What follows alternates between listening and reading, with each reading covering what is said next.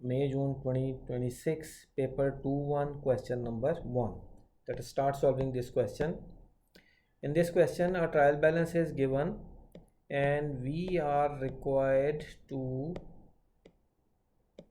prepare a statement of profit or loss. So we are supposed to calculate profit here and we are required to show working in these tabs. So students, revenue in this question is given as, first of all we should find revenue. This is revenue 535630.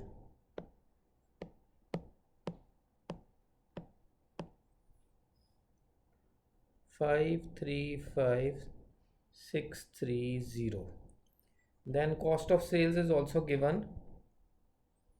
The value of cost of sales given in the question is 236830.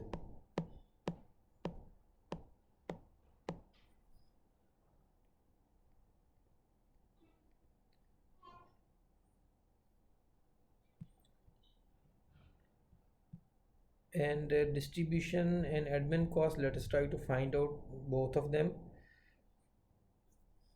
This is distribution cost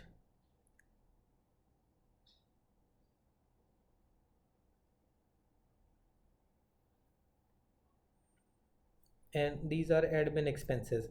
Admin expenses are 34090 and distribution cost is 2089. Distribution cost is 20890 and admin cost is 34090.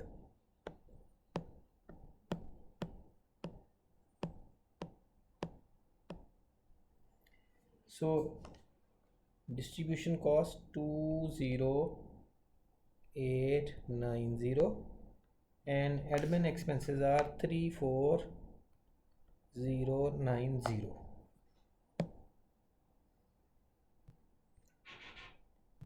And students, finance cost is the value of interest, bank loan interest. This is 12240.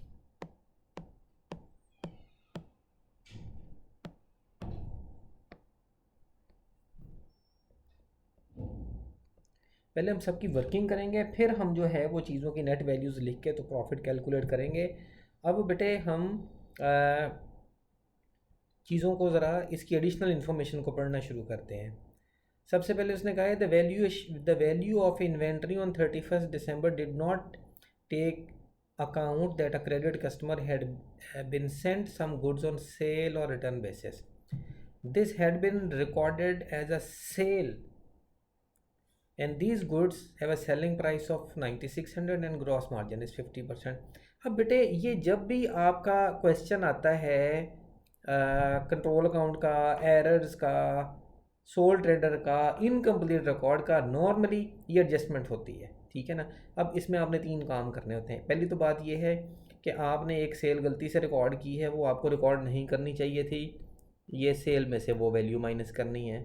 दूसरी बात ये है कि वो trade receivables में से भी minus होनी चाहिए। तीसरी बात ये है कि उसकी कॉस्ट जो है वो आपने इन्वेंट्री में ऐड करनी है। अब ग्रॉस मार्जिन जो है 9600 का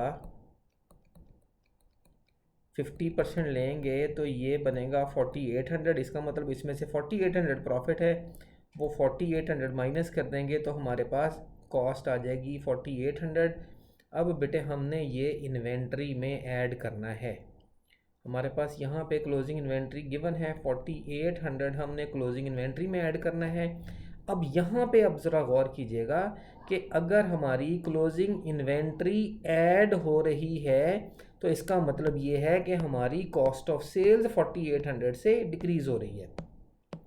अब ज़रा देखें कि कॉस्ट ऑफ सेल्स 4800 से डिक्रीज़ हो रही है और रेवेन्यू हमने ऑलरेडी डिस्कस किया कि 9600 से माइनस होगा। ये हमारी एडिशनल इन्फॉर्मेशन नंबर 1 सॉल्व हो गई है। इसका एक पार्ट अभी जो है वो हम कैलकुलेट करेंगे प्रोविज़न के लिए। वो हमने ट्रेड रिसीवेबल्स में से 9600 माइनस कर दिया है। ये देखें, ये हमारे आगे काम आएगी। अब उसने कहा कि जी एडवर्टीज़मेंट जो है डिस्ट्रीब्यूशन कॉस्ट है, और ये एडवर्टीज़मेंट जो हमने की है ये है 1 सितंबर से 30 अप्रैल। अब ज़रा गिने, सितंबर, अक्टूबर, नवंबर, दिसंबर, जनवरी, फरवरी, मार्च, अप्रैल, ये 1 2 3 4 5 6 7 8 मंथ्स बनते हैं, और हमारा ईयर जो है वो दिसंबर को एंड हो रहा है। इसका मतलब ये है कि उसमें से 4 मंथ्स की जो है वो प्रीपेड है। अब देखें जी एडवर्टीज़मेंट कितनी पे की है, 24,500। अब बेटे वर्किंग पर आ जाए। एक तो ये है कि एडवर्टाइजिंग डिस्ट्रीब्यूशन कॉस्ट है, तो अब ये देखें 2400 जो है, 2400 इसका 4/8 जो है ये बनता है जी 12,250। ये हमारी अमाउंट प्री पेड है। तो बेटा ये प्री पेड जो है वो एक्सपेंस में माइनस करते हैं, ये हमने इसको माइनस कर दिया है। अच्छा जी, ये हमारी ये भी सॉल्व हो चुकी है, ये भी सॉल्व हो चुकी है। अब उन्होंने कहा है the allowance for irrecoverable debt 5% maintain करना है, और जो है इसको एडमिन में डालना है। अब इसको कैलकुलेट करते हैं। देखो हमारे ट्रेड रिसीवेबल से 44,800, उसमें से हमने 90 ये जो ट्रेड रिसीवेबल से 9600 माइनस किया है, तो हम देखते हैं कि हमारे ट्रेड रिसीवेबल कितने रह गए हैं। ये रह जाएंगे जी 44,800 minus 9600 will be equal to 35,200। अब बेटे ये जो 35,200 है, 35,200 का हम लेंगे 5%, और ये 35,200 का 5% बना है 1760। अब बेटे हमारे पास जो प्रीवियस प्रोविज़न गिवन है वो है 1560, और ये जो हमने न्यू कैलकुलेट की है ये बन गई है 1760। प्रोविज़न इंक्रीज़ हो रही है, इंक्रीज़ हो तो एक्सपेंस होता है। कितना है एक्सपेंस है 200 का। क्वेश्चन में उसने बताया हुआ है कि ये 200 जो है हमने एडमिन में डालना है। ये हमारा अलाउंस फॉर इररिकवरेबल डेट्स है। अच्छा जी, ये हमारा थर्ड एडिशनल इन्फॉर्मेशन जो है वो भी सॉल्व हो चुका है। अच्छा जी, नंबर 4 पर आ जाएं। उसने कहा कि all cost relating to motor vehicles and equipment are allocated 60% to distribution and 40% to admin expenses. अब हम देखते हैं कि मोटर व्हीकल और इक्विपमेंट के रिलेटेड कॉस्ट हैं कौन कौन सी।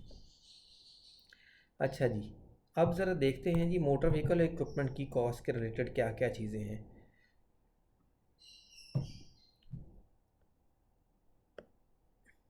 ये देखें जी, एक तो हमें मिल गया मोटर व्हीकल एक्सपेंसेस 15,880, और दूसरा हमें उसने कहा है कि जी कैरिंग एक कॉस्ट ऑफ इक्विपमेंट इज़ 406,000।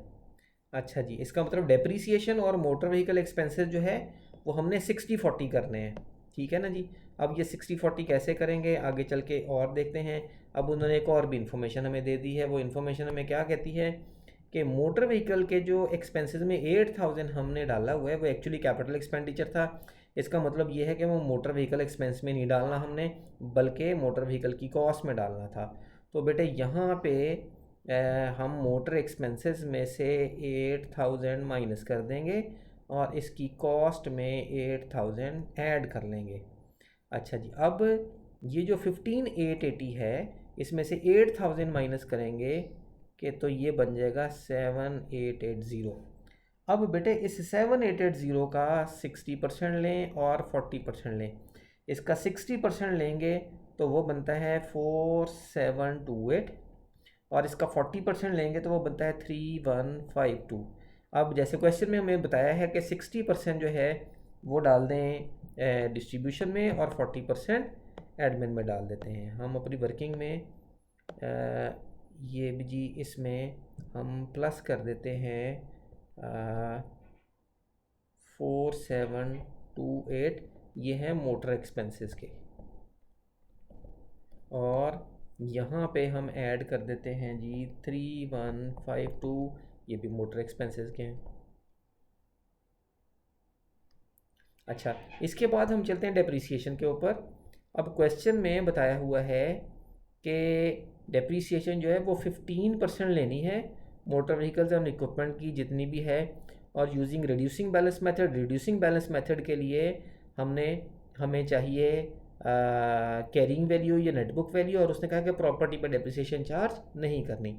अच्छा जी, अब प्रॉपर्टी को इग्नोर कर दें, प्रॉपर्टी पे हमने डेप्रिसिएशन नहीं लेनी, लेकिन ये जो हमारी वैल्यू बनी है 40, ये वाली 406,000 प्लस 8,000, तो ये 406,000 प्लस 8,000 ये बन गई 414,000। अब बेटे इसका 15% उसने कहा है, 15% ले लें। 414,000 का 15% ये बन गया 62,100। अब इसका 60-40 कर लें, इसका 60% बनता है 37260, 37260। 40% बना है जी 24,840। अब इसको भी इसी तरह डिस्ट्रीब्यूशन, और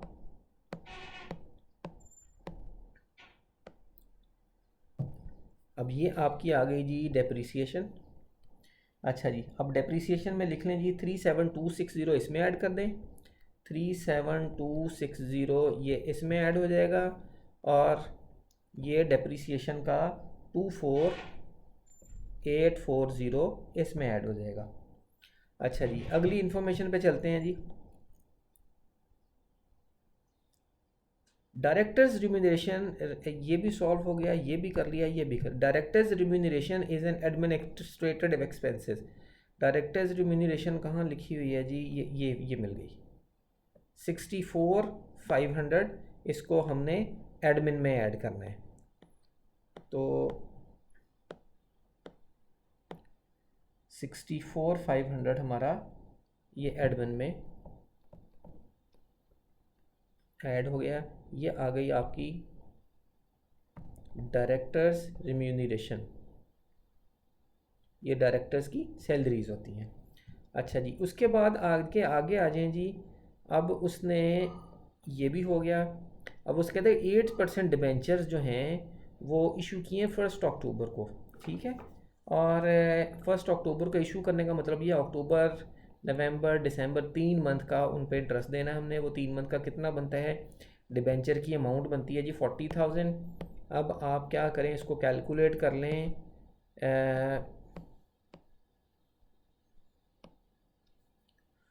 40,000 इंटू 8% इंटू 3/12, ये बनता है 800। ये बैंक लोन इंटरेस्ट पेड का उसने ऑलरेडी दिया हुआ है, और 800 हम ऐड और करेंगे, तो ये हमारी फाइनेंस कॉस्ट जो है ये निकल आई है जी 12,240 प्लस 800, ये बन गई 13,040। ये हमारा कंप्लीट हो गया। इसके बाद देखते हैं जी बाकी एडिशनल इन्फॉर्मेशन क्या है। ये भी the bank loan interest relates to bank loan which has been repaid, हमने कुछ नहीं करना। प्रोविज़न फॉर टैक्सेशन जो है वो 15,700 की है। ये इसका मतलब ये है कि हमने यहाँ पे 15,700 डायरेक्ट लिख लेना है। अब बेटे इनको सॉल्व करें। ये आपका रेवेन्यू जो है, इसमें एक चीज़ और भी थी, सेल्स रिटर्न्स थी कहीं पे, रिटर्न इनवर्स 2770, ये भी इसमें से माइनस करनी थी हमने। 2770। अब बेटे इसको प्लस माइनस करें तो ये रेवेन्यू बन जाता है 523260, ठीक है जी। उसके बाद कॉस्ट ऑफ सेल्स जो है उसमें सिर्फ एक ही एडजस्टमेंट थी, तो इसको सॉल्व करेंगे तो ये बन जाएगा 232030। इसके बाद आप डिस्ट्रीब्यूशन को सॉल्व करेंगे तो ये आपका बन जाएगा जी 75,128। इसके बाद आप एडमिनिस्ट्रेटिव एक्सपेंसेस को सॉल्व करेंगे तो एडमिनिस्ट्रेटिव एक्सपेंसेस का आपका टोटल बन जाएगा 126,782।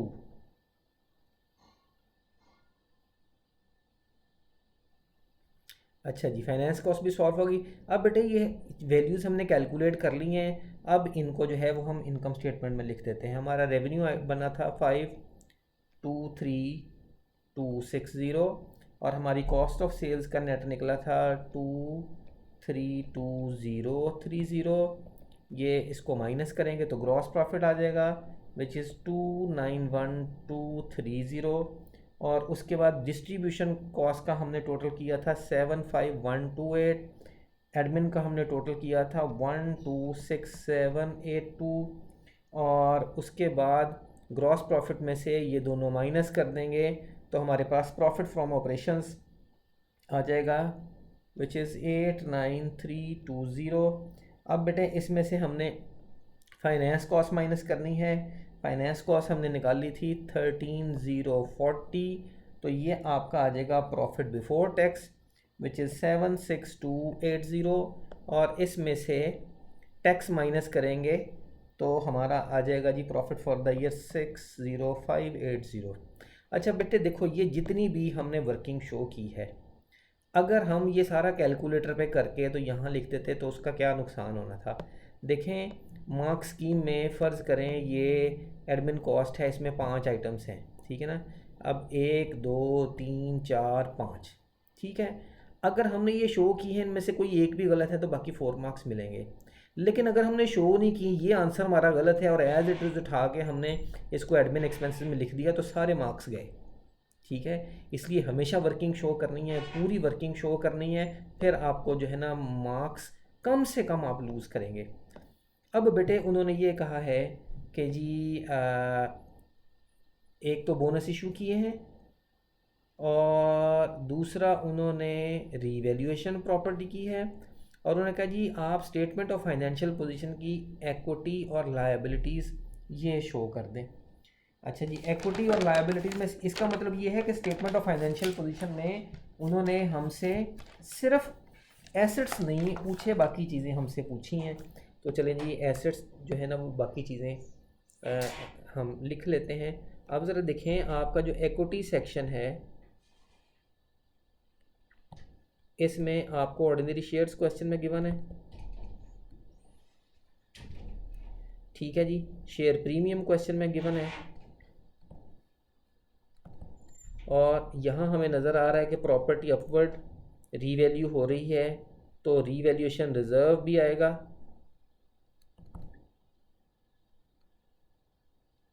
रिटेन्ड अर्निंग जो है वो आएगी, फिर हम इसका टोटल कर लेंगे। फिर लायबिलिटीज़ में अगर आ जाएं तो नॉन करंट लायबिलिटीज़ आएंगी,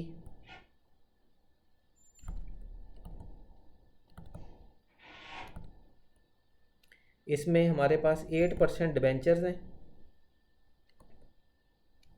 और उसके बाद हमारा करंट लायबिलिटीज़ का सेक्शन आ जाएगा।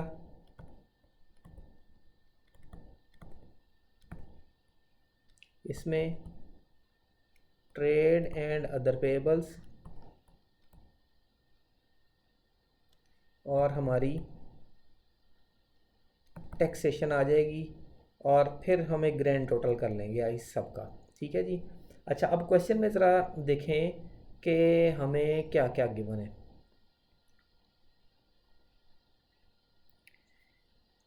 अच्छा जी,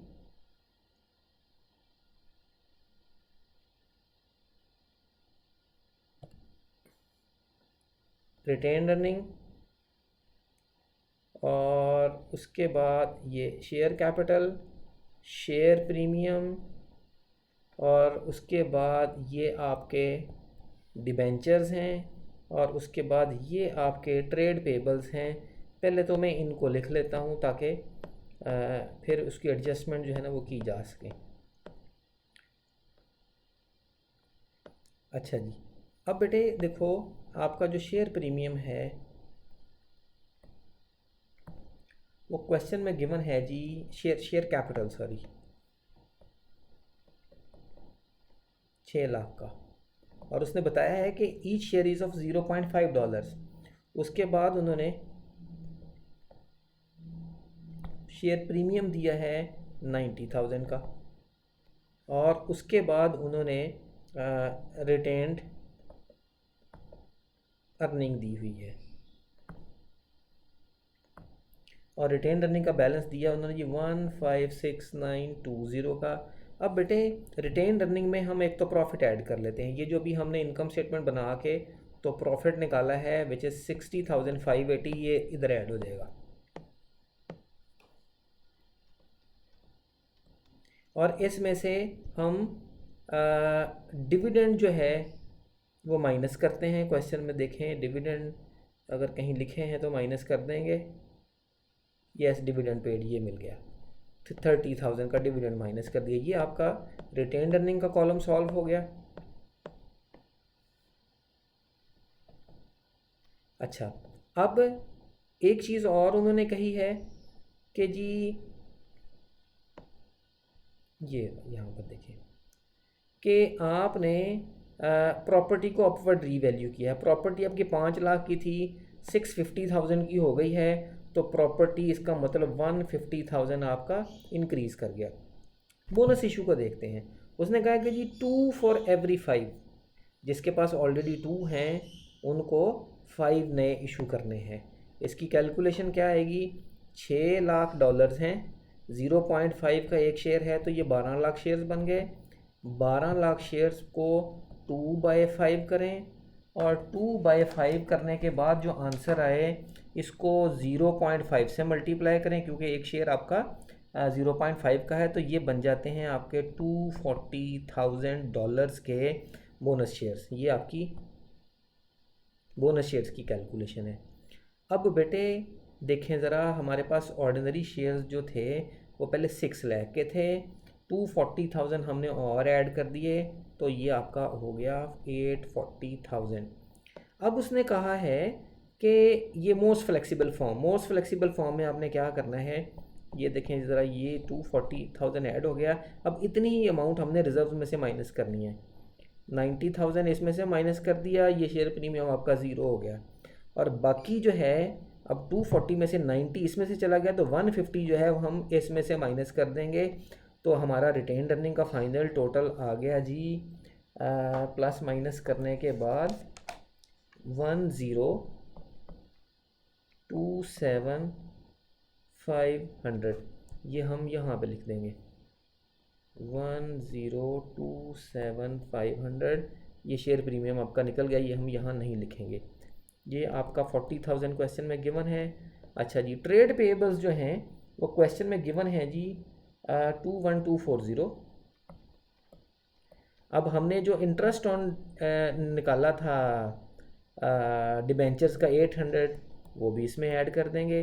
फिर उसने जो प्रोविज़न फॉर टैक्सेशन हमें दी हुई है 15,700 की, वो भी अभी हमने पे नहीं किया, वो भी ऐड करेंगे। और इन दोनों का जो टोटल है करंट लायबिलिटीज़ का वो हमारा बन गया है 77790। और हमारा इक्विटी का जो ग्रैंड टोटल बना है वो बना है जी, सॉरी मैंने यहाँ पे ये गलत लिख दिया है, ये बना है 37,500 और इसका इक्विटी का ग्रैंड टोटल बना है 1,027,500। अब ये इक्विटी का टोटल, नॉन करंट लायबिलिटीज़ का टोटल और करंट लायबिलिटीज़ का टोटल जो ग्रैंड टोटल बनेगा दैट इज़ 1,105,290। ये अब आपका बी पार्ट भी सॉल्व हो गया। अच्छा जी, अब आ जाएं जी इसके सी पार्ट की तरफ। सी पार्ट में उसने क्या कहा है कि directors wish to improve the company's profitability, they are considering 2 options. Number 1, extend the range of goods available for sale, अपने प्रोडक्ट्स की रेंज बढ़ा लें। और ऑप्शन बी उनके पास क्या है, increase the markup on all goods sold by 4%। Markup increase करने का मतलब ये है कि सेलिंग प्राइस जो है वो बढ़ा दें। और उसने कहा एडवाइस करें उन्हें डायरेक्टर्स को कौन सी ऑप्शन लेनी चाहिए, justify your choice by discussing the advantages and disadvantages of each option. अब बेटे देखें, इसमें अगर एक ही बात करें, अगर वो रेंज ऑफ प्रोडक्ट्स बढ़ा देंगे उसका फ़ायदा क्या होगा, आपके एग्जिस्टिंग कस्टमर्स के लिए रेंज बढ़ जाएगी जिसकी वजह से आपकी सेल्स बढ़ सकती है। न्यू कस्टमर्स अट्रैक्ट हो सकते हैं जो इंक्रीज्ड रेंज की जो चीज़ें जो बाहर से ख़रीदते थे वो यहाँ ख़रीदेंगे, तो आपकी जो एग्जिस्टिंग प्रोडक्ट्स हैं उनकी सेल इस वजह से भी बढ़ जाएगी, ठीक है ना। और फिर उसके बाद इसका नुकसान क्या हो सकता है भाई, इन रेंज बढ़ाने के लिए आपको पैसे भी चाहिए, आपको इन्वेस्टमेंट और चाहिए, फिर आपकी स्टोरेज कॉस्ट और चाहिए, ठीक है। और स्टॉक आउट भी आप हो सकते हैं, सॉरी स्टॉक आउट नहीं, आपकी चीज़ें जो हैं वो ख़राब हो सकती हैं, आउटडेटेड हो सकती हैं, उनकी एक्सपायरी जो है ना वो हो सकती है अगर आप ज़्यादा ख़रीदेंगे। और इसका एक फ़ायदा हो सकता है कि आप जब आप रेंज ऑफ प्रोडक्ट्स बढ़ाते हैं तो हो सकता है आपको इकोनॉमीज़ ऑफ स्केल यहाँ का भी उसका कोई फ़ायदा होना शुरू हो जाए। अच्छा, अगर आप प्राइस इंक्रीज़ करते हैं तो प्राइस इंक्रीज़ करने का एक तो फ़ायदा ये हो सकता है कि जी आपका ग्रॉस प्रॉफिट इंक्रीज़ हो गया, आपका प्रॉफिट फॉर द ईयर भी इंक्रीज हो जाएगा। इससे ये परसेप्शन डेवलप हो सकता है कि आपके जो आपकी प्रोडक्ट है उसकी क्वालिटी जो है वो बाकियों से बेहतर है, ठीक है। नुकसान क्या हो सकता है कि अगर आप प्राइस इंक्रीज़ करेंगे तो आप कस्टमर्स लूज़ कर सकते हैं, वो कहीं और से ख़रीद लेंगे जहाँ से सस्ती मिलती हैं, ठीक है। तो आपका कंपटीशन जो है वो डिक्रीज़ हो जाएगा, तो आपके जो हैं कंपेटिटर्स उनको इसका एडवांटेज हो सकता है। और फिर ये है कि 4% इंक्रीज़ जो है may not improve your profitability significantly.